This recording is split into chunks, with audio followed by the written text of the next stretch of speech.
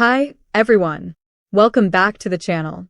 In this tutorial, I'll show you how to recover deleted text in Google Docs.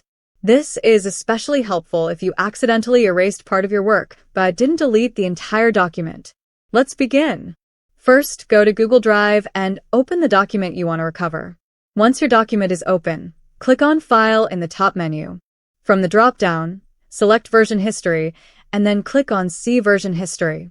On the right-hand side, you'll see a list of saved versions of your document, organized by date and time. Click on a version to preview it. This allows you to see what your document looked like at that specific time. If you find the version that has the text you deleted, click Restore this version. A confirmation box will appear. Click Restore to confirm.